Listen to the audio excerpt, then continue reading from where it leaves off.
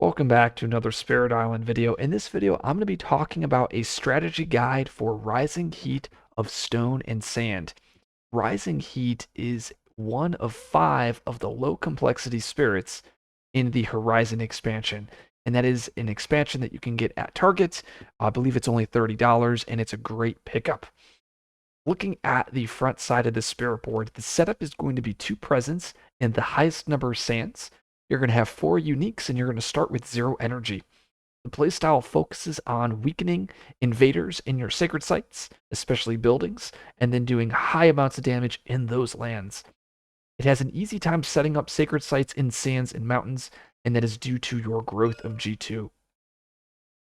It is a low complexity spirit, and looking at the starting summary, it is high offense, half as much control, low fear, low defense, and a little bit more utility.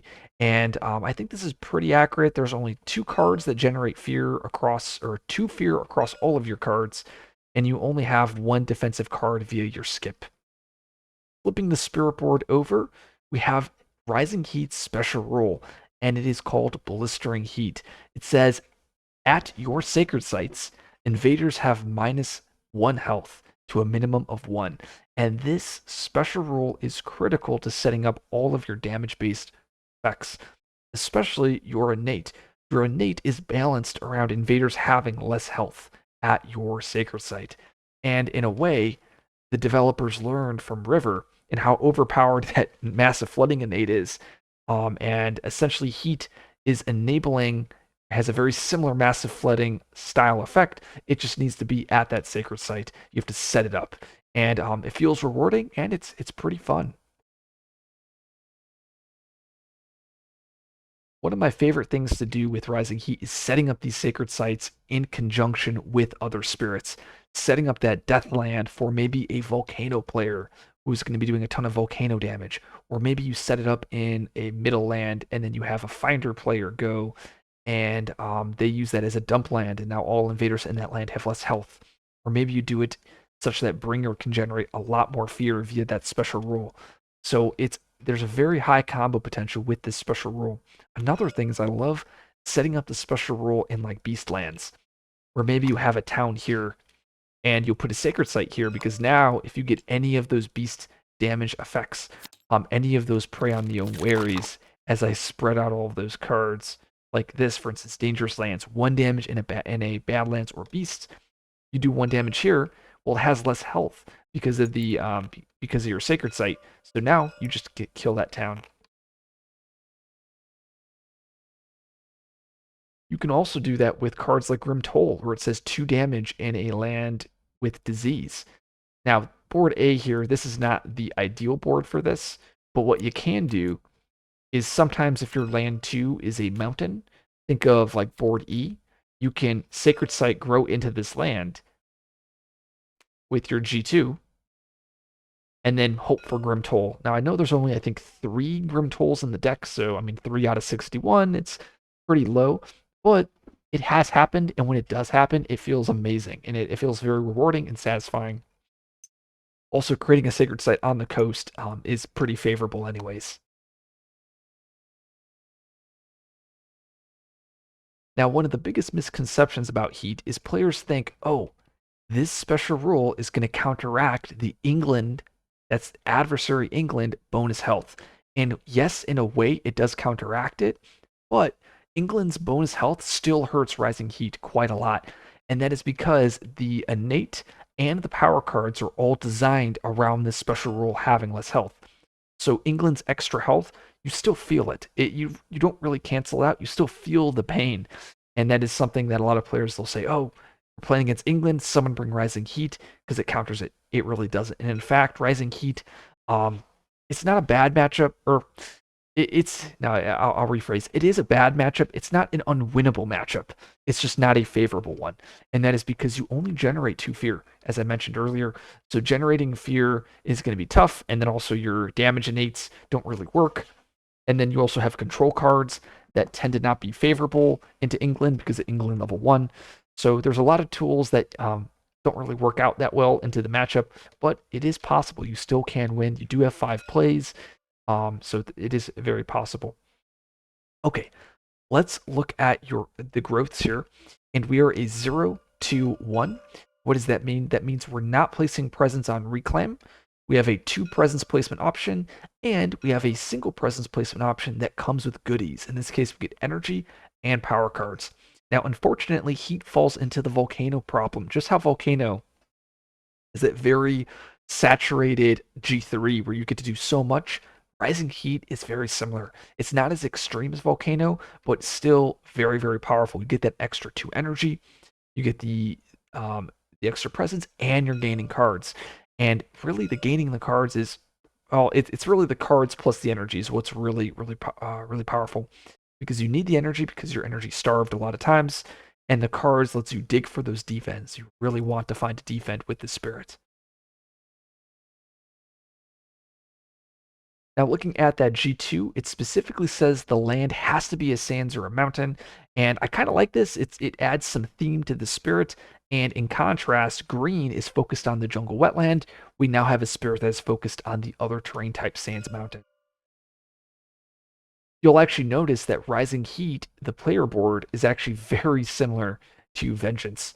There's a lot of similarities, very similar reclaim. The G2 is very similar as well, and then the G3 is similar. And then there's some slight differences on the tracks. You have 5 plays here, but only 4 plays here. More energy here, less energy here, but you can get access to 4 energy very early on.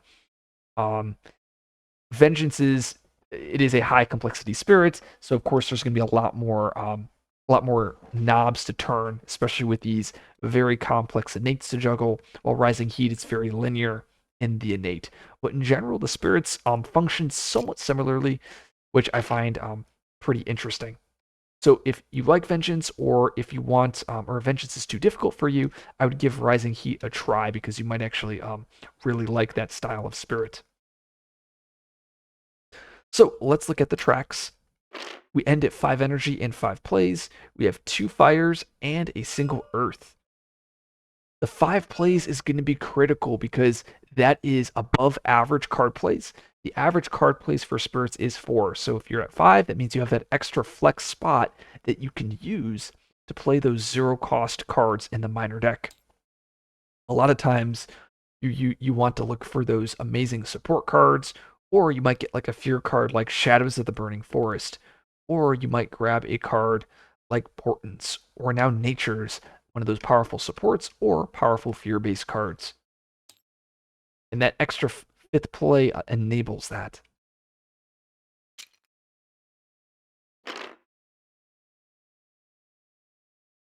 Now, with Rising Heat, a lot of the builds are going to focus on moving straight down bottom track.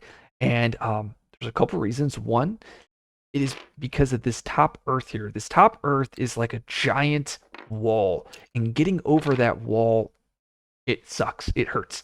Now you might be saying, oh, just G2, go top top.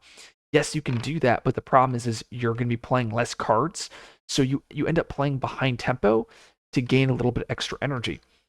And because your G3 is giving you 2 energy a turn, you're able to actually sustain energy-wise on bottom track without ever having to touch top track. I believe it's either turn 3 or turn 4 where top track begins to make more energy than bottom track. So like if you, actually let me draw it out for you guys. Drew it out over here. So on turn 1, you're going to have 2 energy if you G2 top top. But now the other build is doing G3 bottom, and you'll have 3 energy. So on turn 1, the G3 build has more energy. On turn 2, they have equal, and then turn 3 is where having that top track at G2, that's when you begin to make more energy than bottom track. Now you might be saying, well, now you're going to be making more energy the rest of the game. And yes, that is true, but you've delayed on bottom track the plays, and the plays is huge. Like that is, really feel it against a lot of adversaries. And needing 3 to 4 plays and hitting this innate is critical, especially on turn 4 and turn 5. And the G2 top build, you tend to be behind. Now, I will talk about this all in the openings, but I'm just talking about why a lot of times you'll see players when they're playing Heat, they're going to focus mainly on that bottom track. And that is because this top track, because of this earth, it's just pretty medium. And also, it's the top earth plus this the 2 energy here is the reason why going top track just isn't that favorable. Another reason is if you're playing solo, you can play Gift of Searing Heat, which allows you to give target spirit 2 energy. In solo, this another card can target yourself. So this just completely fixes all of your energy problems. So going solo, you never touch top. Never, ever. Never do it. In multiplayer, you could, but because you have Searing Heat in solo, there's just no reason to, because this just fixes everything. All of the number math I talked about isn't even factoring in this card. So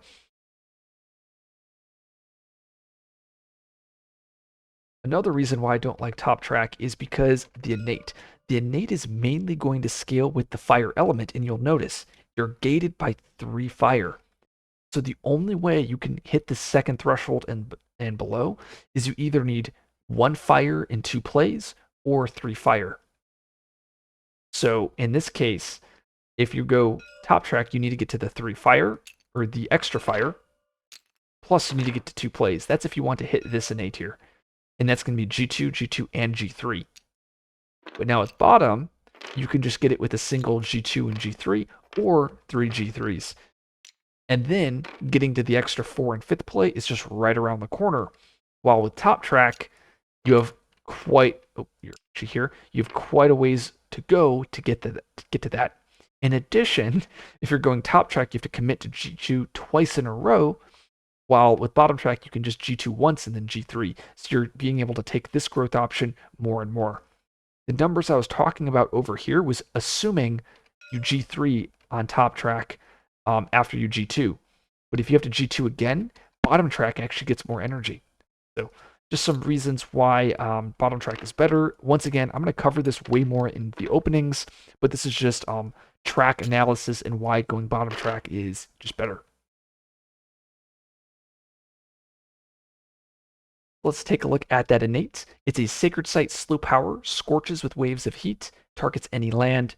The first threshold does 2 damage to explorers, second threshold is 2 damage, third is 2 damage, and then the last threshold is 1 damage to each invader. And important to point out, this is meant to combo with your special rule. So if I have a Sacred Site in a land, that means all invaders have -1 health.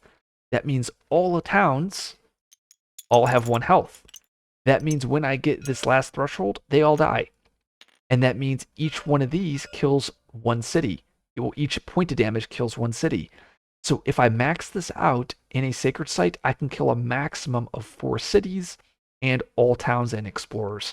So it's basically a land nuke.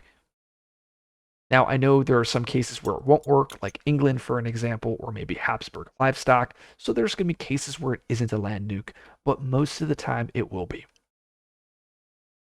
Now, as I mentioned earlier, this extra 3 fire, it's going to be difficult to get it. I know that's possible to get it. Earliest is turn 3. I'm going to talk about more in the openings why I don't like that. A lot of times, this innate just doesn't have text in the first few turns. I think sometimes I hit this first tier on turn 2, sometimes turn 3, but I really don't start hitting this innate until turn 4 onward. Now, like I said, there's going to be some cases where you can hit it, but most of the time I try to ignore it. And when I'm using my G3, I'm just drafting cards. I'm trying to find cards that impact the board, support cards, defensive cards, stuff like that.